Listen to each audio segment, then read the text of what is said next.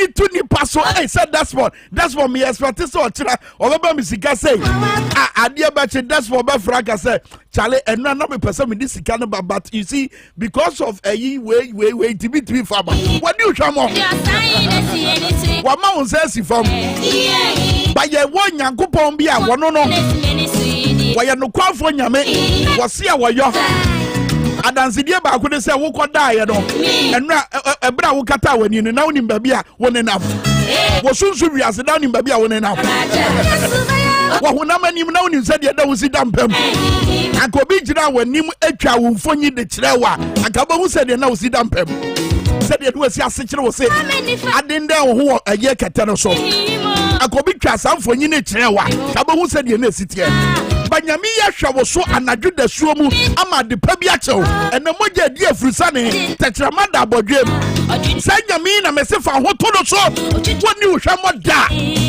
and throughout your years in life onyami ya bo ne ho moden ahwa so sa bedu sampembe so we woni wabusuafo nyina ubu ada krampo a wo ma de pa bi chew sa koda kom krampo a wo ma wungu ade pa chew what a god it is anyami na mesefa ho to no so typical example mema any obi a wokura eye remote control what is our remote control na hwe TV so between nipa da remote control ni kura no any dia eye remote control na ankasa no between nipa na okura remote control no any remote no why na obenya gidie woni mu say bia wo pese oni akro no ana say ye team TV no free station ba ko station ba ko why na obenya gidie woni mu so obetime di say adwuma no you okura remote na ana say remote no oh my body dio that's one na original too one obenya gidie woni mu you cry remote no etidia na ba ya ma no obeye bibi e be ya de fe obeye bibi e be so nani sada ba ya ho adwen be ba be da de trim na wa ye de wo pe ama wo and that is how you need to treat God ye na padia ma no ye ne o hwehwa ama wo no erade ne me dwan ko bia eno ma wa hye say ye na no na wo so ye nante wo kronkron mu dinukra do woni asa wo ho sa wo do yonko sa wo ho a wondi obi abone da wogodi obi ho konkonsa wogotwa obi etronto obi so okofa bibi enkoba obi tiri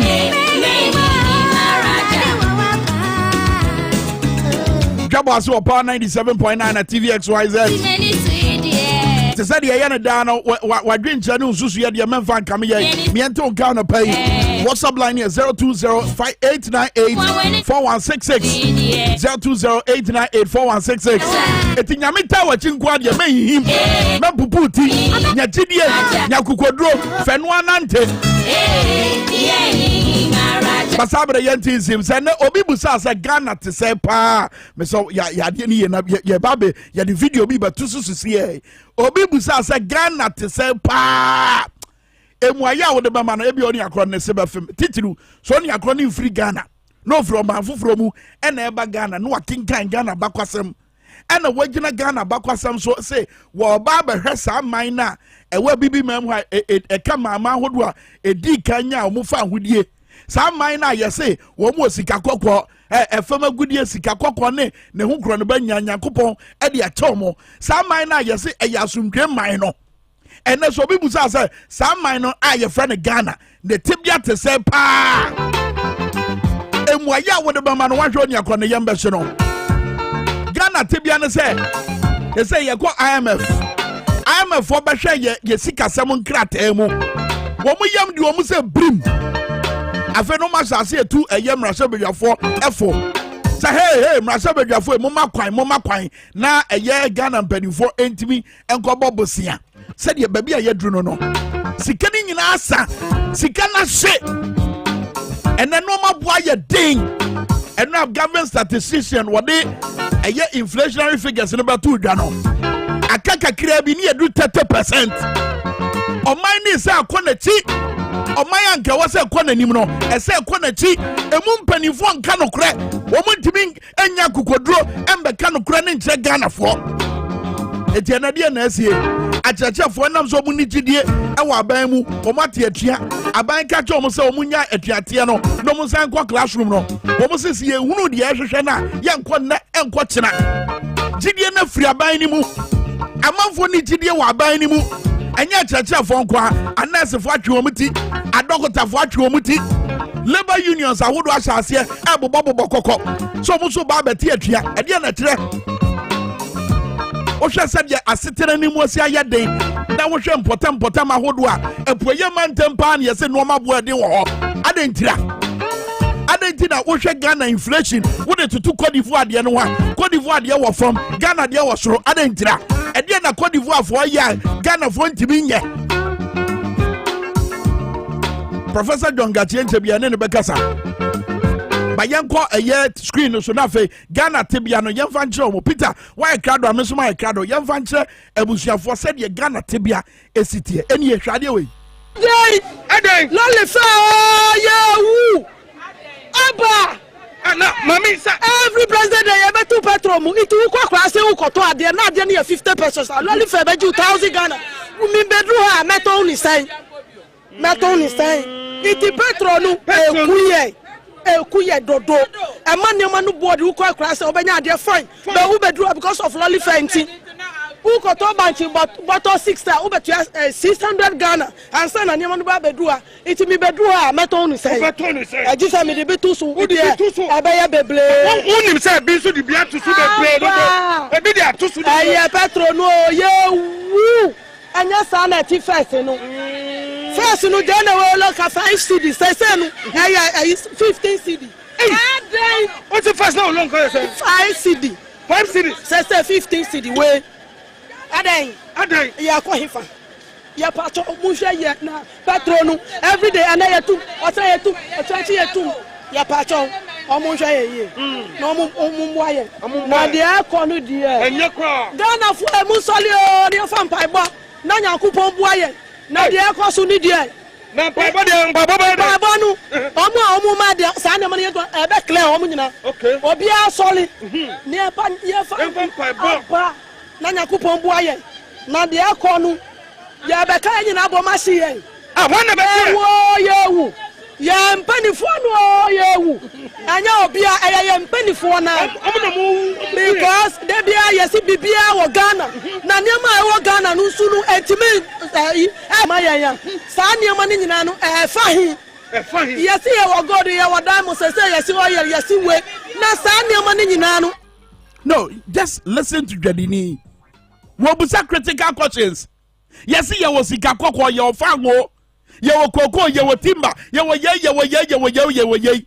sa no ma nyina fa he kwese maame ni busa no sa no ma we nyina so mfaso sika ye nya firi ho eto a ye gye every timamufo ho eto akase a ye de nsa be wura timamufo botom etwe frim efo so frim 11 sa sika we nyina ewai ye de ayedai Ghana fo din mu amugina ye e de bo bosia enne e ka mini o my Ghana I am a fabasha mon kratem wo bu hwem so oh no not good members of parliament our suggestion is that y'all gonna allow these government to go borrow mama kwan no mon ko bobosia baby ya duru no I am a fabasha yan kratem mo say ye aka no mpe ye hia honam e wo no mpe no ho sare ba ya Ghana for betima di de kakra eti ekwan asese wo mo di ato ho a wo mo sre mrasha badwafo so mo ma ho kwan ene so mo ma kwan na eye Ghana ban ko bobosia why yetememu a ye bobosia edi be esa di kotuaka eye de ne edura eye de ne Ghana inflation enam 29.8%. Na Cote d'Ivoire de enam 3.5%. Cote d'Ivoire kure ya so na nanado ebra no wo sire tumi wo pa chaw apɛ tumi Africa for ho na Cote d'Ivoire ya ye man ya na nanado edi twa ye mpoa wodi twa ban na ho no empoa ene ede na Cote d'Ivoire ya etene a ama sese o mu inflation no ejina somewhere around 4%. Na Ghana de eninam 29.8% as a 28%. Adentira ede na amana basa And what your government statistician, any more sad numbers, yasia, or much more say, or minus our conechi, and fear do what she at ye. A dear natural. A dear Nessie, our yamemu, yea, or minor wakumu, or minor, a wakumu. Sigaba bedding in our way. Now, Professor John Gachi addressed him was say inflation and painful deterioration in living standards, humane actions and strikes. Na ne nso wa kan nyina wa bra yakwa ahoma no so na ye ne na di nkomo ye bepoto ye beka brofo. And it say inflation reflects cost structure distortion and painful downgrade of disposable income of income earners. Thus, inflation rate of 29.8% cannot be good news for Ghana. When the inflation rate is underpinned by transport, water, and food prices, then you should note that the cost of living has become unbearable. To the sense that we are middle income earners. Ghana ni mbobro woni no a woni hwe no. Abraboni wa ye dia ma no de o kakra krampo su de o se se o sika pa no e kwan a wo fa so didie krampo asesa. Professor John Gachi, Prof, good morning to you and thank you very much for your time. Good morning and thank you for having me. And I'm going through your statement, myself and listeners. And one thing that strikes me, while going through your statement is our current inflationary rate and then your advice on how living standards are going to be difficult. And your advice are, look, most of us are literally supposed to cut our coat according to our sizes. Tell me how bad the situation that we already know is. Well, as I said, the individual is affected by high interest costs, very high and continuous increase in food prices, basic amenities, which will be the basic benefit of any individual in an economic system, are all going up very high, affecting individuals. Many people are actually downgraded in terms of even eating on daily basis. The problem has actually spread to the extent that people who usually should be able to contain and maintain an average good life are complaining that it is deteriorating for them. And all because the fundamental we call price stability in terms of inflation, in terms of interest rates, and in terms of exchange rates are all adverse to the Ghanaians. Teachers who borrow from the bank some months back are finding it difficult to pay and contain their living. And businesses are not turning out well with this environment, and they are likely to be more default and thereby creating instability within the banking sector. And if you read the caption of the IMF statement after they finished their mission yesterday, it is very clear that we are having some undertone problems within the financial sector that they call attention to, and then we are having serious problems within our fiscal sector, which is actually creating much of the problem we are going through.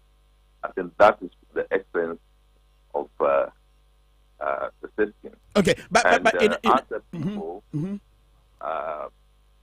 every economic system, majority of the people are the base of the Abraham Maslow pyramid.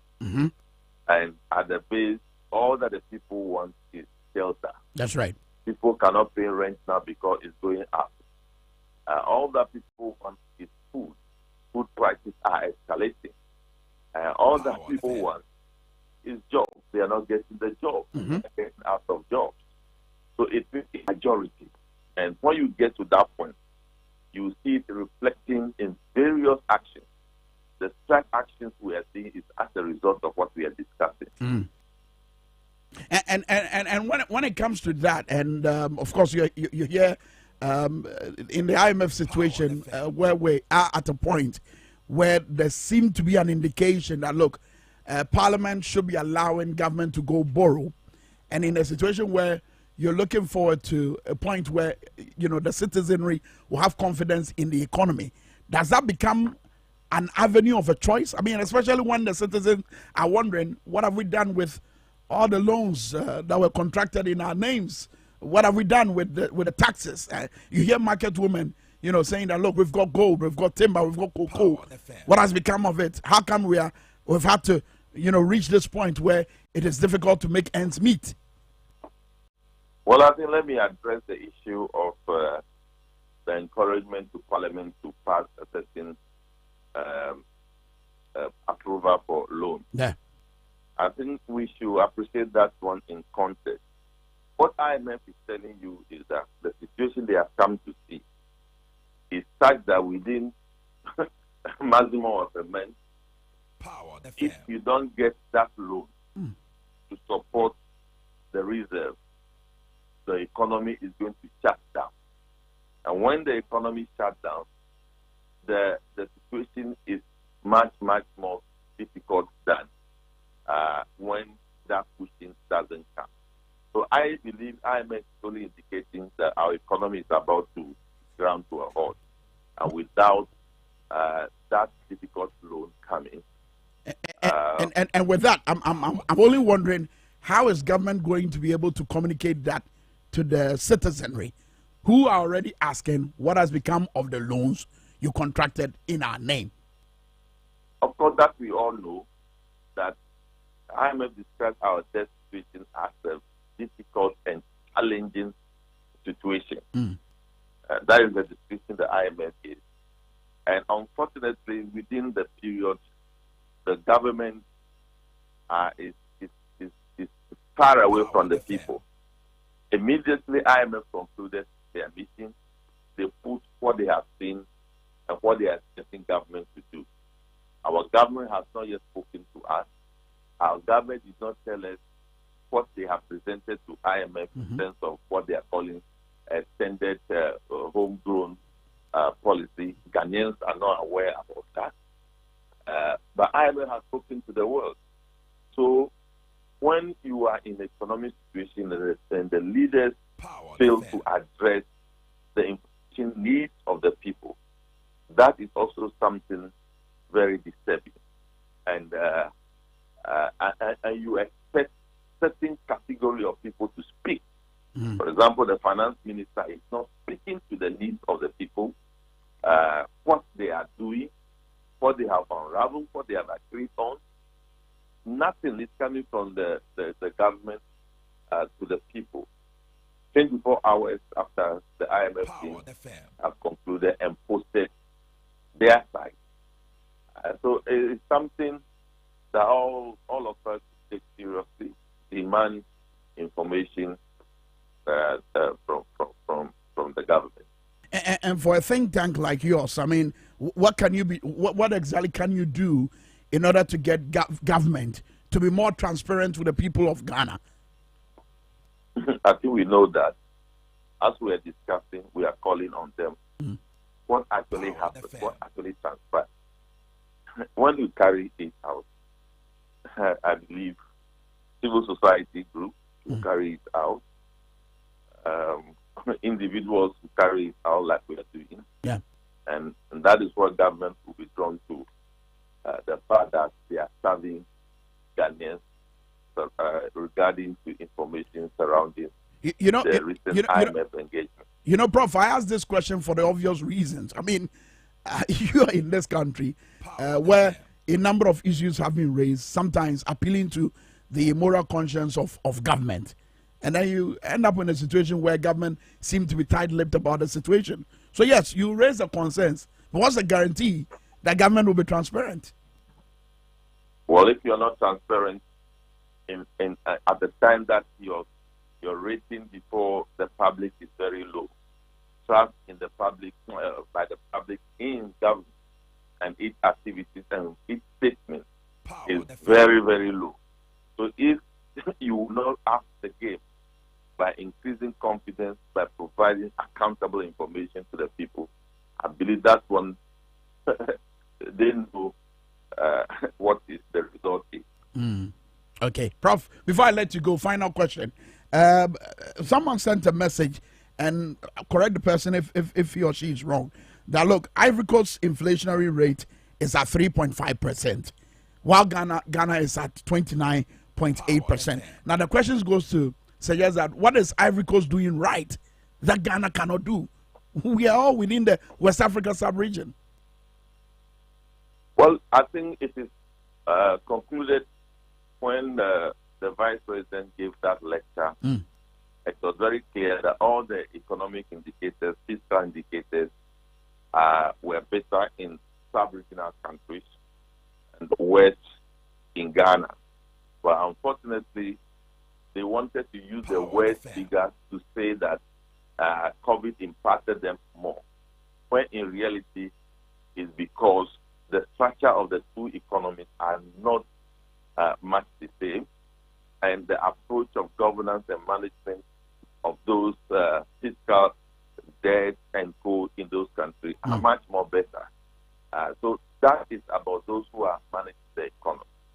And I also want us to be very candid to appreciate the fact that it was only for political reasons why in the past we are comparing Ivory Coast to Ghana, because Ivory Coast economic structure is linked to that of the Francophone economic zone, and for that matter, France, and it has implications for their economic management. But because of the policies in the past, the government in power right now was using those things to spite the administration at that time. And we cannot change the equation.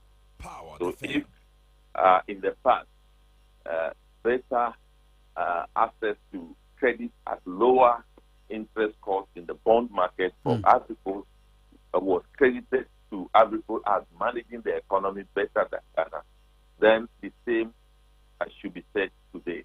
The Ivory Coast is managing its economy better than those who are managing the economy today. Very well. Prof, I want to thank you very much. Thank you very much for your time and that final advice. You say that let's advise our personal budgets to reflect the hardships and pains. And clearly this goes to me and those listening as well. Exactly so. Interesting times. That is all we are supposed to do, because if we want to wait for the administration to provide what we need urgently now, they may not be able to provide. And we can't maintain the same budget in this hardship. Let's just revise and focus on very necessary expenditure. Interesting. If you are going to postpone your project until things stabilize, that will be better for you. Anyway, Prof, thank you very much for your time. Thank you so much. Professor John Gachi, on the Dean of Business School at Cape Coast University. I was here for this summer kind of my bonnet tofa, Wabra, Yadia Goodiamon Seminole, Abenary, my boy Chica Amwati, and Seminole Dudona. But where the Indian Iron Zempa, the Edia Cotinepa, IMF, can walk at Ghana, Marashabeja Force, Omoma Quina, and Penny for, and Kobobo Singer. Professor John Gachi said, Nientia Omokasa is simply because Omano Sikani ni wo Sika bia ni wo na se Oman tu anamo animanimu ya anko bobo sia economy no ebetimi akrash enti na IMF ebeki sa suggestion basabre awudiemu akonfo abeduru ha Roger Emmanuel the sportsman akwane hello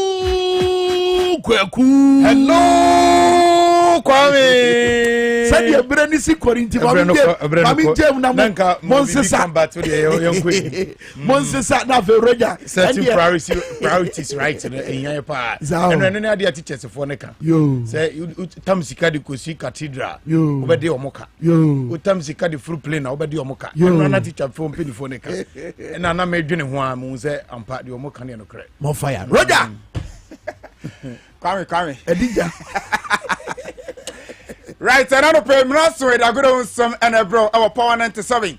Panana film na TV as well as Sonano pay some of the some ya Bob Hanino I deep na when him say Nyami Atuma or China Jumede Bako Ebasoi a year 2022 IFBB West African Championship ochena baso bukom arena jumede ben na baso hosam ye di epa and watching so the Black Galaxies na awasan kenra omusia ne fucking se Accra Sports Stadium entimi amas na DNT and entimi abasana da ben and epe kosa hosam and also ye di eba na fe no ansamba tuja so paten na sensem be ba ye se ne hu keni bi sensam nti asna every more US patent mi anko and I pay asna pan the first infantuja se pate eka squad wo de ekon winning sama udopin and afi coach Karim Zito wono se Edna no atum se abrante fene Moro Ibrahim and afi abrante fene Dennis Kosa na omu sensem na send site ho pa na bono nimbo wono so Edna no atum ye kwamro no nso a se die abrante fene Rahim Sterling anya adwani Chelsea na Khalid Koulibaly ene wono so ebe ni medical na afi abrante fene Lissandro Martinez se die ayat for say United for say omanya bedu no ombe ye na fe abrante rate me adwani United we need travel news outdoor ya bono and I pay the ebro TV so as na fe power 97.9 FM so na proper brothers my boat tailor kojo fosu eye producer so mute chire e ma na pay the and several bamidin Eddie Roger Imano from the Sports Monarch mene hello kwekwana pay yen kwana fe yen shajme na se emfa ema ona ye shase yen shase 2022 IFBB West African Championship bodybuilding and fitness ejumedia to dwa ewo nkrampumpuni mantemu a na emperifo aye won madwe se ejumedie ewo se eba so ewo Bukom Boxing Arena wonom edan akese no emu baako na wonom etira enai jumedia to dwa no men's physique ebeko so afei no men's classic physique beko so men's bodybuilding and so beto dwa women's body fitness ebeko na fe women's bikini fitness no enso ebeto dwa na fe de keka ho eni na bodybuilding fitness adwumadi a ebeto dwa enso Bukom Boxing Arena no mo kire amai makomako dunum na nka wo mo hwe nzu ko mba bepiem ba sabrei amai enso na chesa eba na Abdul Hayati what a president Erma Ghana Bodybuilding and Fitness Association wotete mu amai eba afeso no dwumadi no ko ebe so akoso eni sika se bepiem se mpiem ni na no wode nkomo boy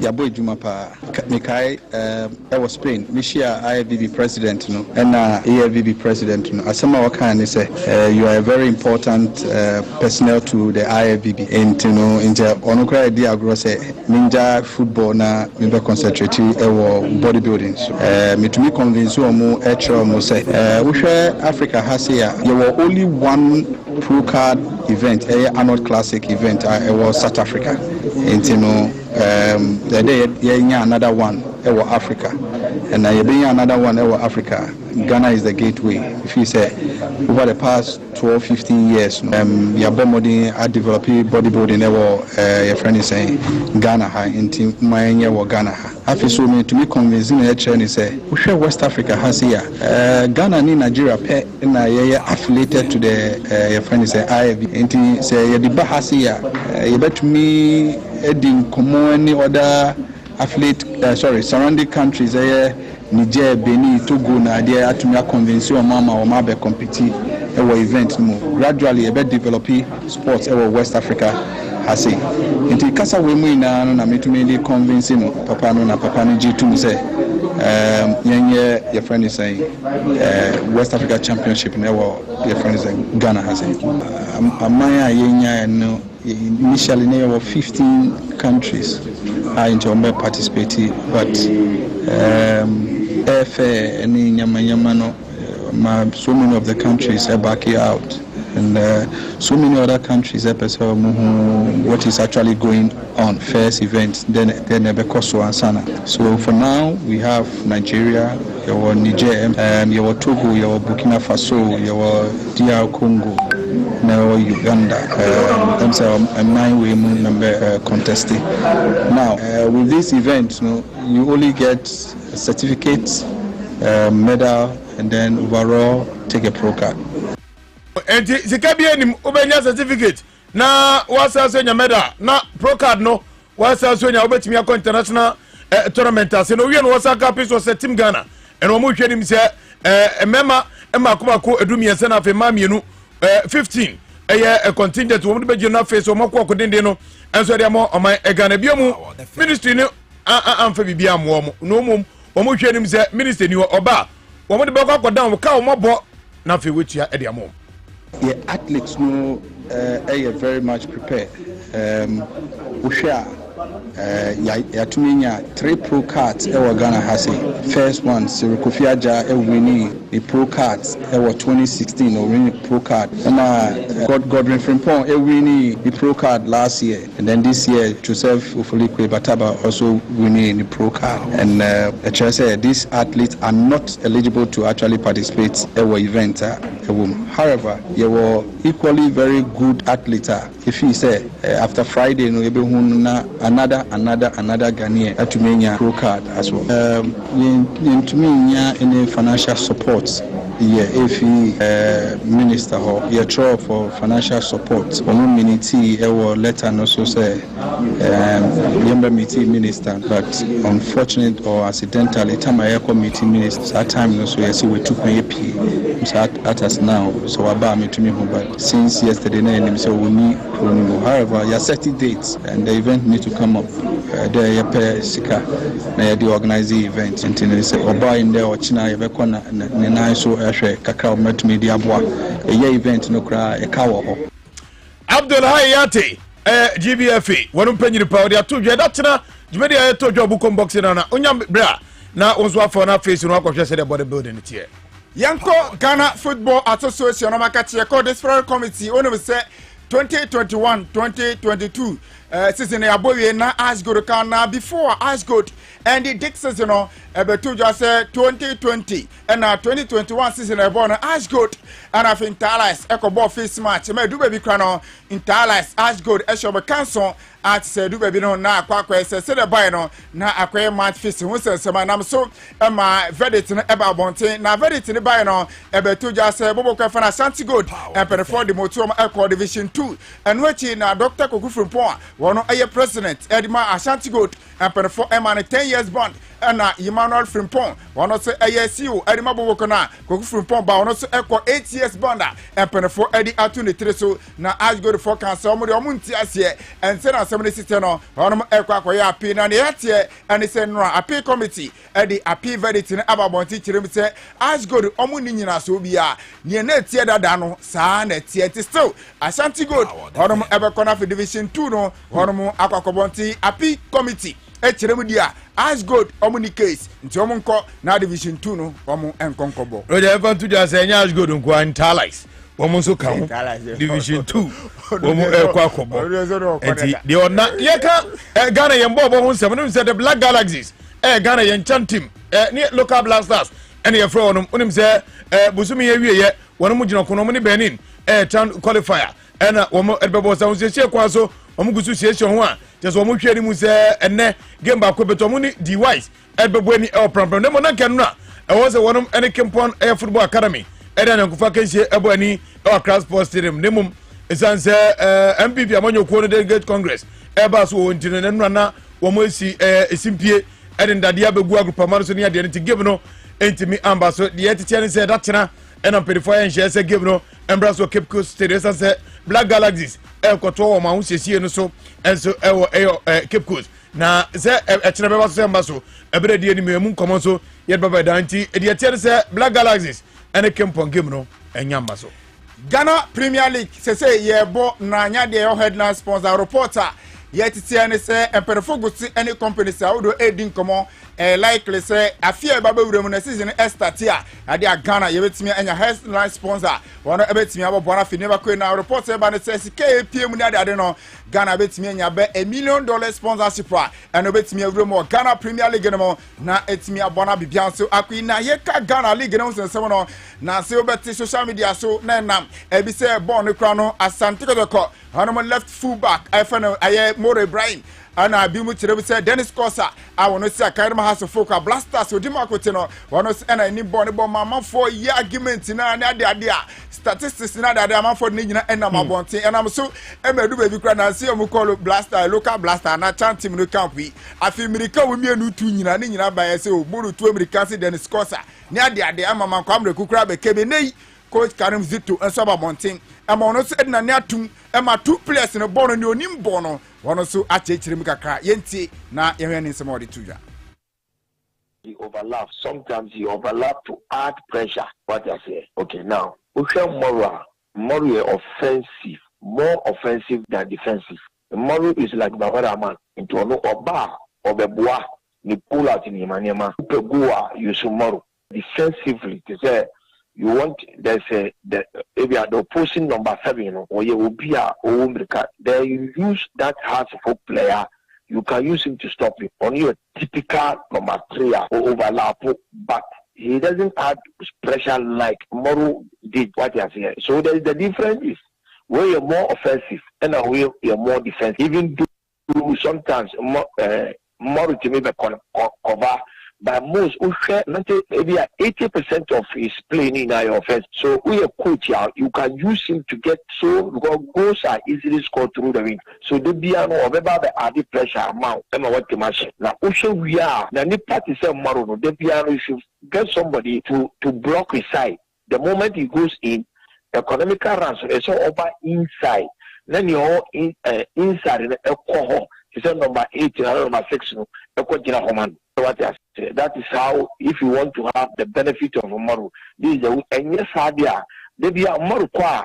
While they you so I can't coach be a very, very tactical. Model qua, you use that place to attack you. Etanu some coach Karim Zete the Atlantic net social man is a place no obia won qualities nti entimi nye pe nye pe obaku kwa America baako sa the goal na Canada baako si de yes yen taki pa de oboa Moro say o America o san wo goals no by defensively no untimi compare to Kosa and a Kosa so goals no ono so nshara nshesa but ono so yen defend de ono so ya de panti obi akota ne die onim se nense mu nsema beto dwasa brantie fe Thomas Tepate Koboduma senior brantie na ni papa ona bo ajingo mini papa abrantie ensema beto dwane se Sarabella ababa wode ne twempra Morocco ni dihye na se nanu ada ofoso no ama ne tuba esanse wate ahwere do muntino na nka wo pese abrantie no wade no wode tunzo awade de wontwentwen so Sarabella wano neni anyo ama enei ase wo muntemu ya basa ne no na aba wa na recorda positive se o particular Europino sabio wone nada enye kwampaso ne no nei apositive ahwensem no mu 3 count ene de bo Thomas Tepate sabre mienu de ya bo atwegu ene je asna yakọ United States of America no amanfo tira o Thomas Tepate nya de a obeka asna bobo no akọ na entia ba ne sabrante de kan pa isa za asna fogidi sabrante no so sabrobe o mu de no koye yentine ne Thomas Tepate eka asna squad no moko America me bache uba Ghana Premier League na your top scorer Abrante Ferreira no oko Egypt e ko si akan na Abrante no kono de sema